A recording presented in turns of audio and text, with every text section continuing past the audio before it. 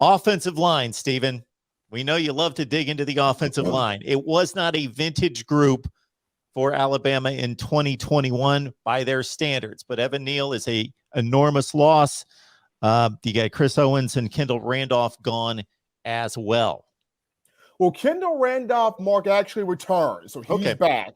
He's back. Chris Owens, yes, gone. Evan Neal, a tremendous loss. Wish him the absolute best in the NFL. He's projected to more than likely be the #1 overall pick. So if you're the Jacksonville Jaguars, you might want to pick up the 6'7", 350-pounder and help out Trevor Lawrence down there in Duval country. But when you look at this offensive line coming back, it starts off with Doug Marrone going back to the NFL with the New Orleans Saints. That's being reported right now. And Eric Wolford coming in from Kentucky as the replacement to coach that offensive line. And Wolford did a phenomenal job with Kentucky last year. I mean, that offensive line was the heart and soul of a team.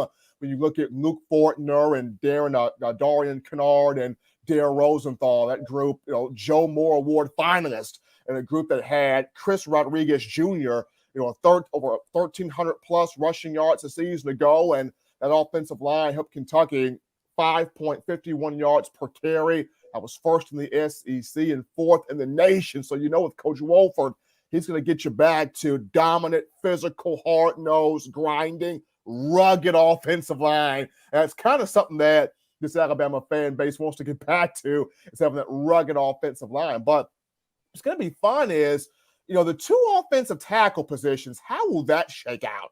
Because you lose Neal and Owens, but you bring back J.C. Latham, Tommy Brockermeyer, two of the biggest names in that vaulted list of offensive linemen you brought in for 2021. 2022, you got two guys who are enrolled early. Tyler Booker, who can play guard or tackle. You got Dane Shore, who could be a really good offensive lineman coming out of Georgia. It's going to be interesting to see what shakes out with him. You got Elijah Pritchett at 6'7".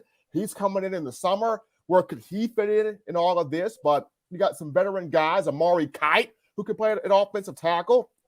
Where does he fit in here? So you've got some guys here that can be at both of those tackle spots, but which two take that job and try to dwindle that number of 39 sacks that Bryce Young took last year down some? That's going to be fun to watch. My eyes will be at that right guard position because Emil Ekiyor Jr., he comes back with experience, but could there be a better option there at right guard? Here's where a Tyler Booker or a Terrence Ferguson could come in, a Jayden Roberts could come in, maybe even a Darian Dalcourt could come in. He can play both guard and center. So that right guard position, as experienced as Ekiyor is, could there be a better option there?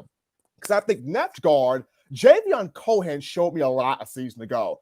I think he's got the potential to be a very successful and all-SEC caliber player at that left guard spot. So I like Cohen there. At center, Seth McLaughlin. I'm wondering what took so long to put this guy into the mix here at center. It took the second half of the Iron Bowl to get that young man out there. And he showed from Beaufort, Georgia, he's got a lot of ability to play at center.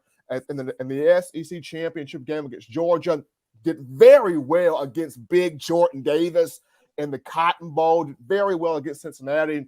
The national championship game against Georgia, again, didn't get the result that the team wanted, but I thought McLaughlin played well there. I know he's not the biggest center that Alabama typically has at 290 pounds, under that 300-pound benchmark there, so they'll put the weight on him. But if they're not comfortable with him at center, as I'm comfortable with him, you have a James Brockermeyer, of whom you recruited, that can play that position. You have an Emil Ekiyor that can play both guard and center. Once again, Darian Dalcourt started off at center before getting hurt. So Alabama's got some pieces to work with here on the offensive line. But the group that the fan base is most concerned with, Mark, is the left and right tackles, your two tackles. Who anchors the outside in both of those roles, keeping those speedy defensive ends and outside linebackers away from Bryce Young? Those two offensive tackle spots will be big here, starting here in the spring. And of course, Ekiyor had an opportunity in particular to move on to the NFL draft. So good news for Bama that he comes back to man that interior post inside.